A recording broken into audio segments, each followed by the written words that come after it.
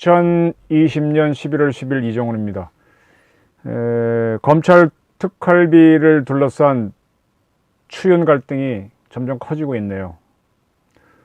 오늘 제가 갖고 나온 제목은 아들을 지킨 엄마, 죽은도 지켜낼까가 제목입니다. 그리고 부재는 결초 보호는 덫이 될 것인가입니다. 점입가경은 점점 들어갈수록 아름다운 경치가 나오는 거죠. 좋은 상황을 얘기하는 거죠. 근데 우리나라에서의 점입가경은 갈수록 악화되는, 이상해지는, 비꼬는 고사성어가 되어 있습니다. 어쨌든 검찰 특활비를 둘러싼 추미애 장관하고 윤석열 총장의 대립이 한국식으로 말하면 점입가경입니다. 11월 5일날 국가 법사위 전체위에 출석했던 추미애 장관은 윤석열 검찰총장이 특수활동비를 주머니돈처럼 쓰고 있다. 루프홀이 있다 그랬습니다. 루프. 지붕에 구멍이 있다는 얘기겠죠. 구멍 뚫린 지붕은 지붕이 아니잖아요. 문제가 있다 라면서 특활비 논란을 일으켰습니다. 이렇게 되자 제가 어제 방송에도 이야기했지만 다목적 포석을 이제 추 장관을 던진 건데, 그게 바둑을 떠보면 아시겠지만 저는 이런 계산으로 딱 둘을 던지는데 상대는 다른 계산으로 나오면은 제 수가 틀려버리잖아요. 그럼 당황하지 않습니까? 또 장고에 장고를 하면서. 근데 시간 제한이 있으니까 이제 나중에 악수를 두게 되죠. 11월 10일 주호영 국민의힘 원내대표는 추 장관이 언급했다시피 특활비를 쌈짓돈처럼 쓴다고 하는데 이 정부에 있는 수많은 특활비를 조금 더 정밀하게 들여다보고 정비할 필요가 있다 라면서 이제 특활비 문제를 본격적으로 거론했습니다. 법무부 검찰의 특활비 사용력을 더 자세히 들여다보겠지만 국정조사나 특별위원회를 만들어서라도 조사를 해보겠다. 네, 특활비에 대해서 전체를 조사하겠다 이렇게 밝혔습니다. 이제 사태가 커지는 거죠. 추 장관은 자기 임기 중에는 특활비를 쓴 것이 없다고 하는데, 그렇다면은 전임자인 조국 씨, 전임자인 박상기 장관 때는 위협한 게 쓴 게 있다는 건 아니냐, 그것도 밝히자는 거고요. 추 장관이 쓴 적이 없다고 했다면은 특활비는 불필요한 건데 그럼 법무부 특활비를 없애야 하는 것인지도 살펴보겠다라고 했습니다. 네. 국민의힘은, 야당은 검찰뿐만 아니라 경찰, 청와대, 국정원 등에 있는 모든 특활비를 검증하자고 주장합니다. 이종배 국민의힘 정책위 의장은 우리 당은 지난해 예산심의 과정에서 법무부와 검찰의 특활비 사용 내용을 투명하게 하고 50% 이상 삭감해야 한다고 요구한 바 있다. 그런데 그게 이제 막판에 여당이 단독 통과를 시켰죠. 여당의 날치기로 결국 이루어지지 못했는데 전체 다 조사해서 특활비 문제에 대해서 다시 명명백백하게 밝혀야 한다라고 했고요. 이번 검증으로 이 국민의 혈세잖아요. 혈세가 깜깜이로 쓰이는 악습도 뿌리 뽑고 투명한 경비 운영 제도를 정착시켜야 한다라고 했습니다. 이렇게 나오자 더불어민주당이 추 장관을 우회적으로 지원하지만 특활비 논란이 확대되는 것을 막으려는 우회적인 노력을 하고 있습니다.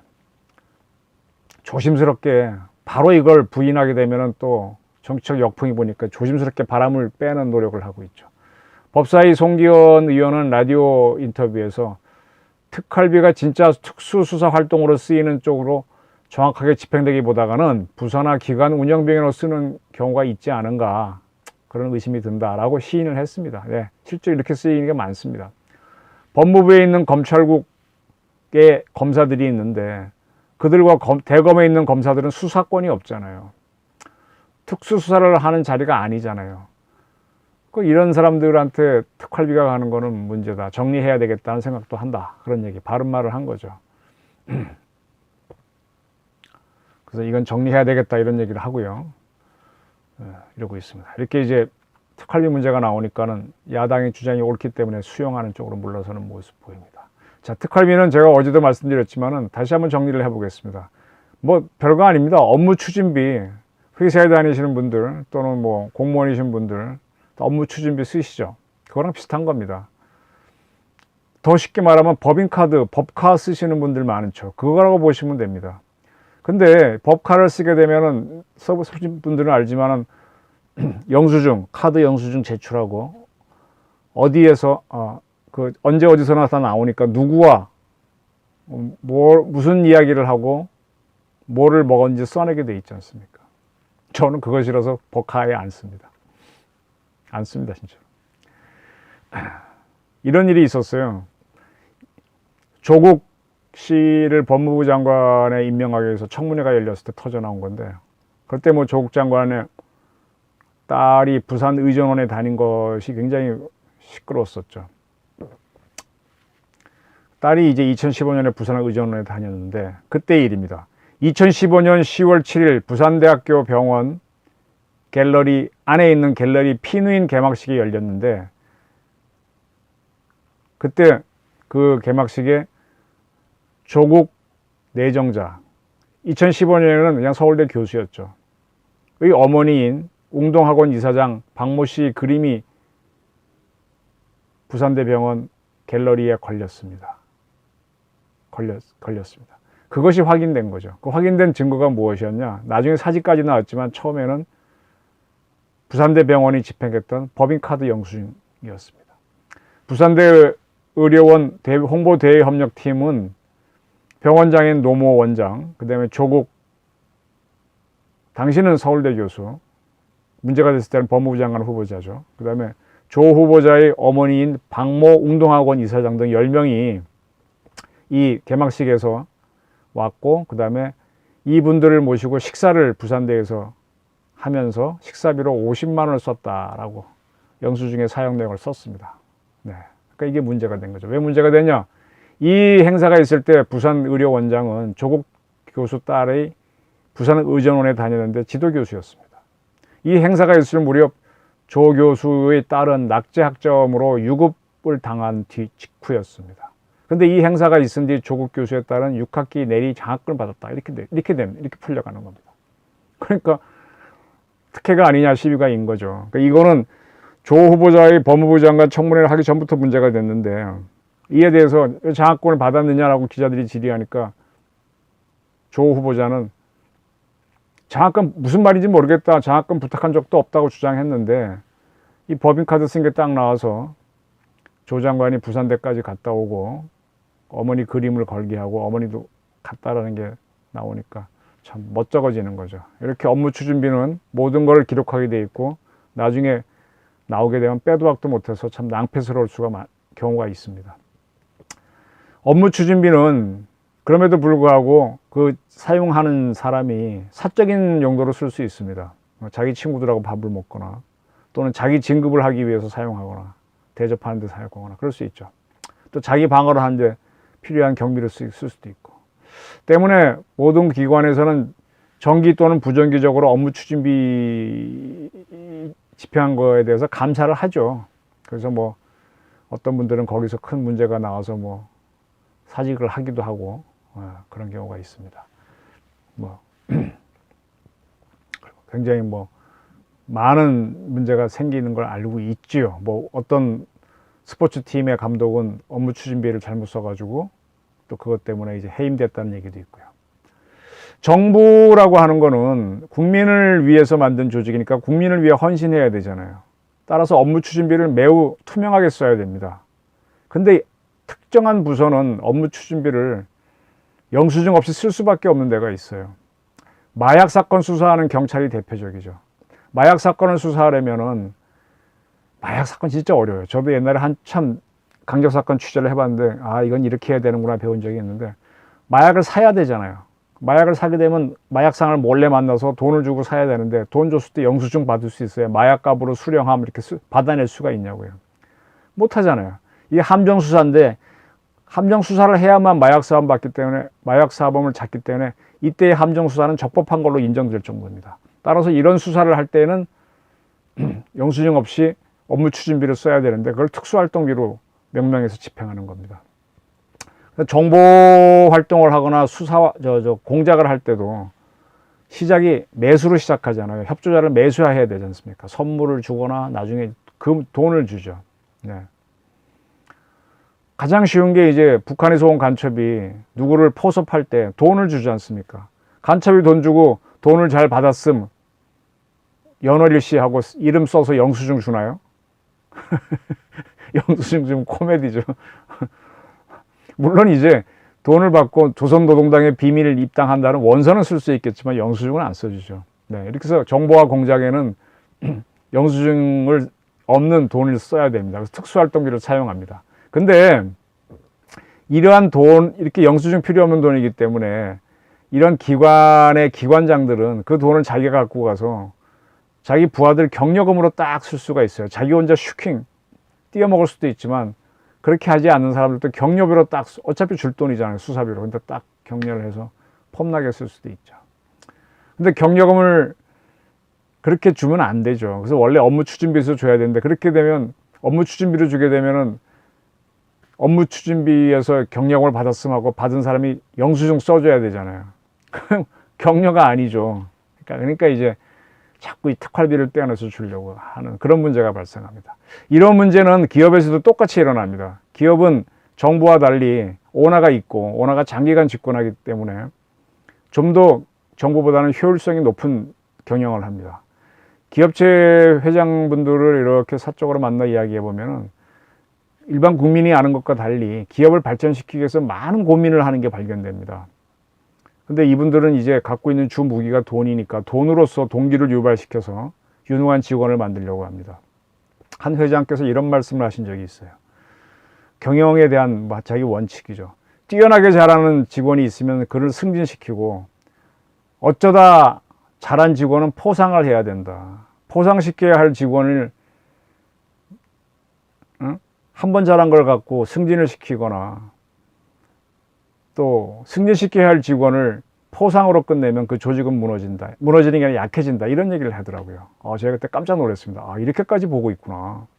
그래서 그때부터 제가 이제 재벌 회장들에 대한 이 개념을 좀 달리 봤습니다. 이분들이 저절로 이렇게 리더가 되는 게 아니구나. 근데 그 회장이 또 이런 얘기도 했어요.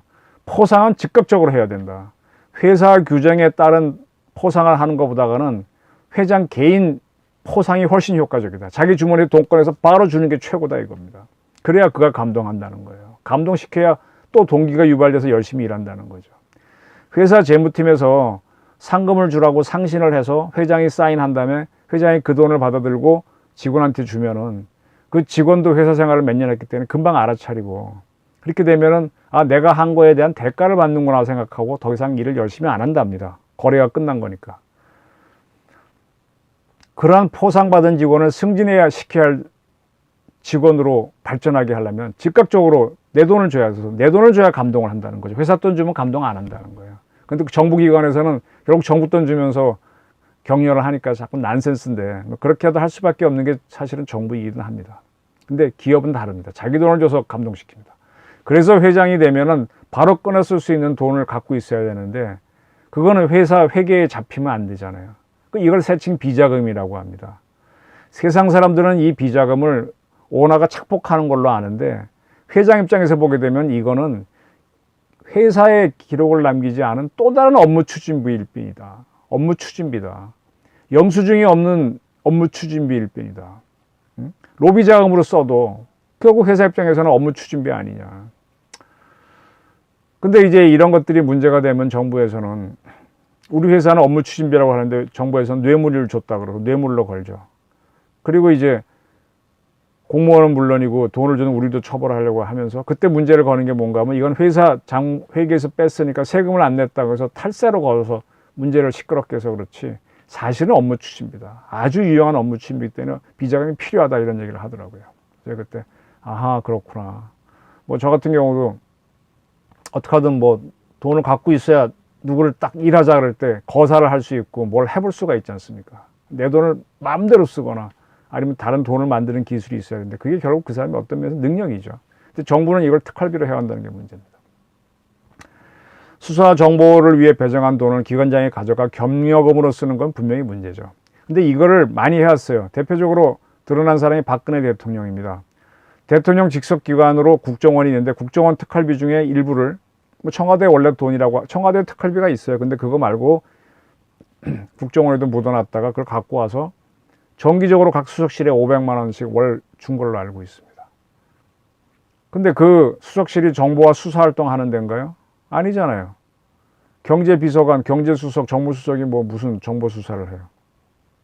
그 수석은 그 돈 갖고 직원들이 격려하면서 부처를 끌고 나간 거죠. 문재인 대통령이 어떻게 하는지 솔직히 모르겠습니다. 근데 이 정권도 조사를 보면은 뭐가 나오겠죠. 추 장관이 루프홀을 얘기하면서 특활비 조사하자 그런 게 이런 쪽으로 커지고 있는 겁니다. 제가 어제도 말했듯이. 이게 보통 문제가 아닌 게 국정원에서 특활비를 관리하는 사람은 기조실장입니다. 박근혜 정부 때 이현수 씨가 기조실장을 했는데 그분이 2014년도에 안 하겠다라고 사표를 냈었어요. 근데 박근혜 정부에서 어떻게 해서 다시 그대로 하다가 결국은 박근혜 정부가 끝나고 난 다음에 특활비 문제로 아주 혹독하게 조사를 받고 고역을 치렀습니다.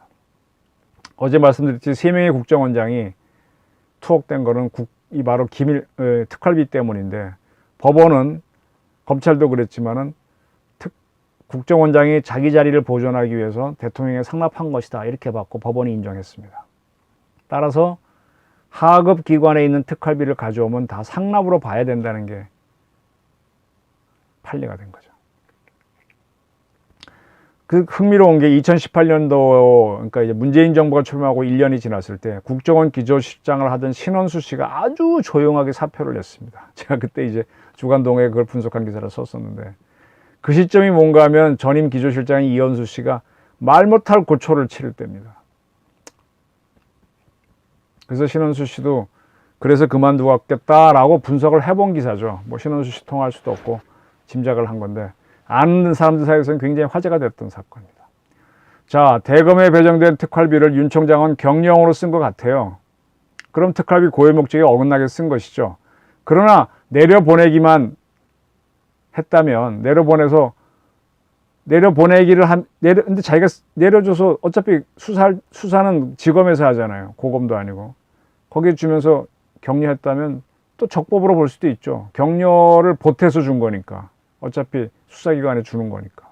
문제도 되지 않을 수도 있고. 그런 양면성이 있습니다. 그러나 법무부는 다릅니다. 법무부는 대검 특활비의 10 내지 11%를 정기적으로 가져왔는데 이거는 명백한 상납이 됩니다. 박근혜 대통령 사례를 보게 되면.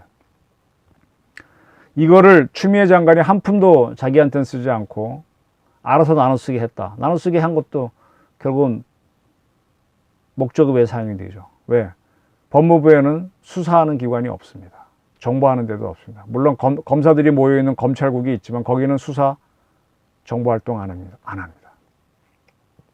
그래서 문제가 된다는 거죠.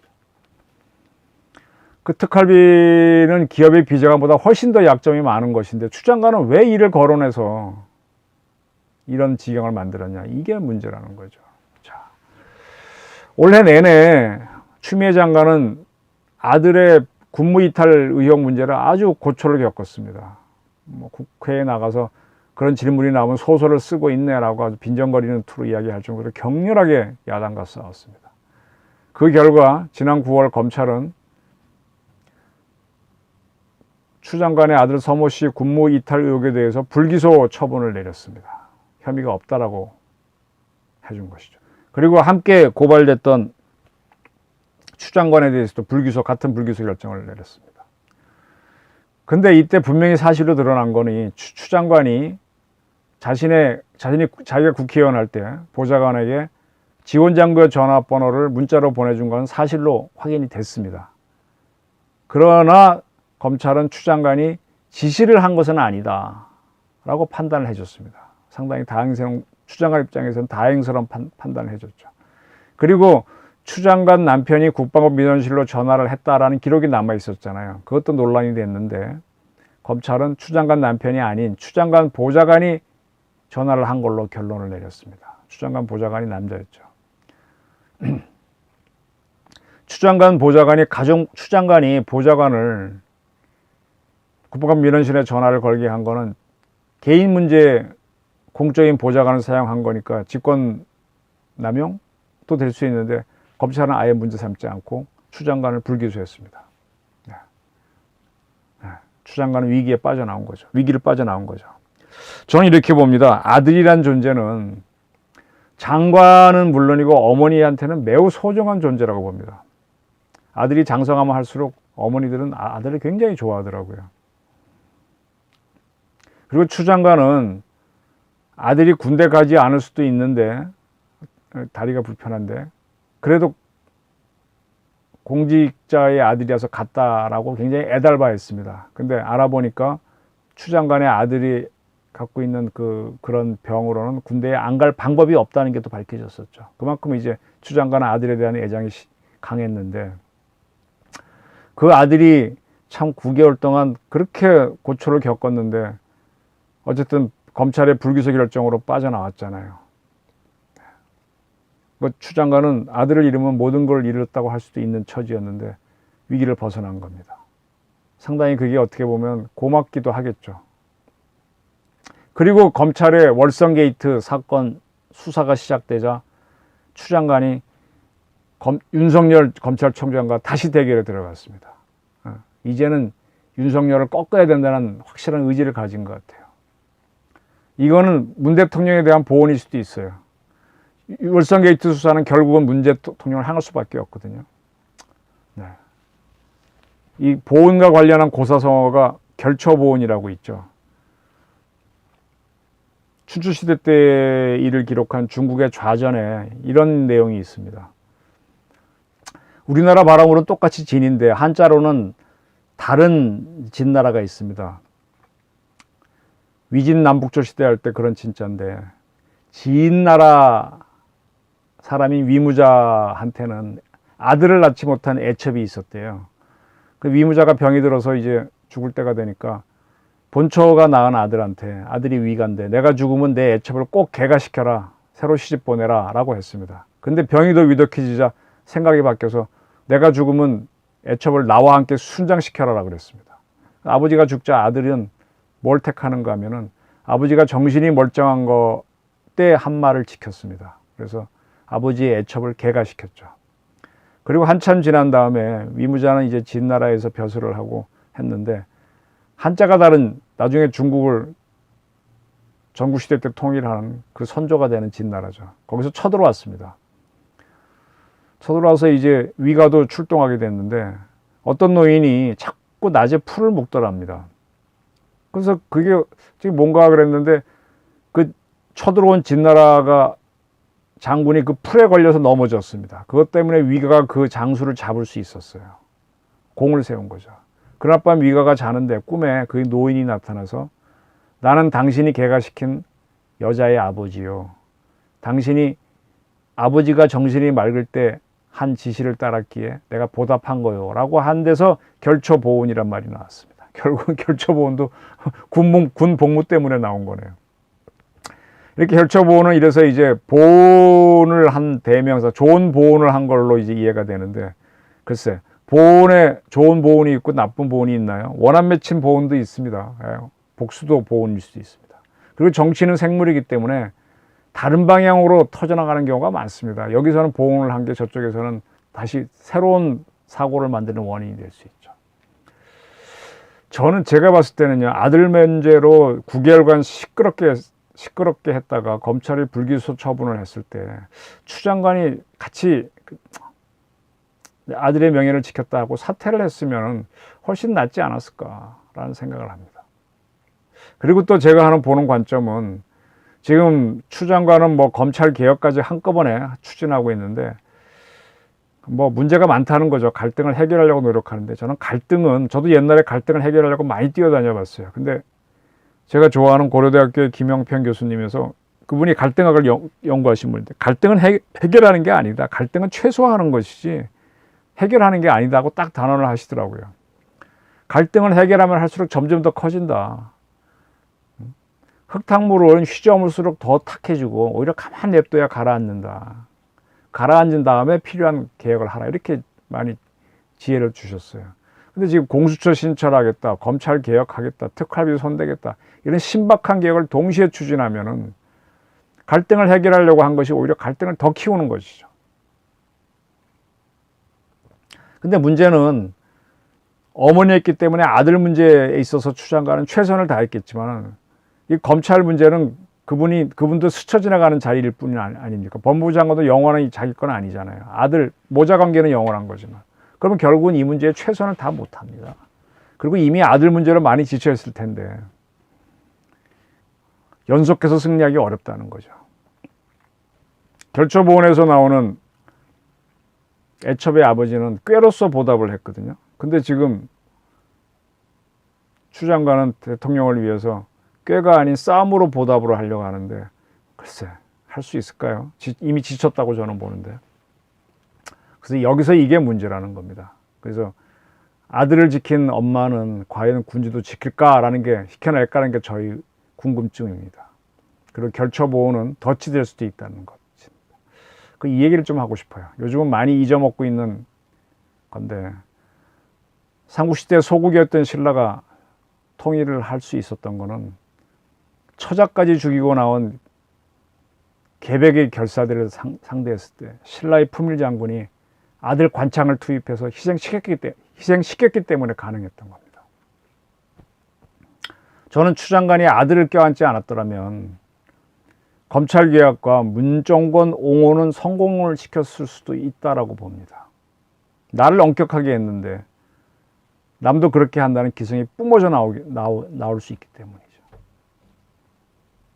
근데 반대로 가셨거든요. 근데 뭐 루프월 하면서 싸움을 키웠으니 이거는 전략적으로 큰 실패가 아닌가. 문 대통령이 청와대 비서실에 춘풍추상, 남을 대할 때는 봄바람처럼 하고 자기 자신을 대할 때는 추상, 가을서리처럼 하라고 하는 글을 액자를 걸게 했습니다. 근데 가만히 보면 이 정권은 추상, 춘풍으로 가는 것 같아요. 남을 대할 때는 서리발처럼 하고 자기 편끼리는 우리가 남이가 이렇게 묻는 것 같아요. 내 식구도 지키고 개혁도 해야 되겠다는 두 개의 말을 동시에 건드는 건데 글쎄 될까? 된다면 정말 대단한 사람이죠. 근데 그 수가 많다는 트럼프도 선거에서 치던데 간단합니다. 특활비 문제는 건들지 말았어야 됩니다. 이걸 건드려 갖고 검찰 개혁을 하겠다고 하는 순간 위기는 점점 커집니다. 추 장관의 노력은 이해는 되지만 이건 아들 문제와 또 다른 차원의 문제입니다. 근데 문제는 추 장관을 아무도 말릴 수 없다는 것. 문 대통령도 이제는 어쩔 수 없다는 것. 이거는 행운일 수도 있지만 큰 불행일 수도 있다. 불운일 수도 있다. 여기서 빨리 감을 잡고 정리를 하지 못하면 글쎄 정권의 위기가 아닌 대한민국도 좀 흔들리지 않을까 그런 우려가 됩니다. 결처보원의 덫에 빠지지 마라. 문재인 정부요. 제가 오늘 드리는 저희 의견입니다. 감사합니다.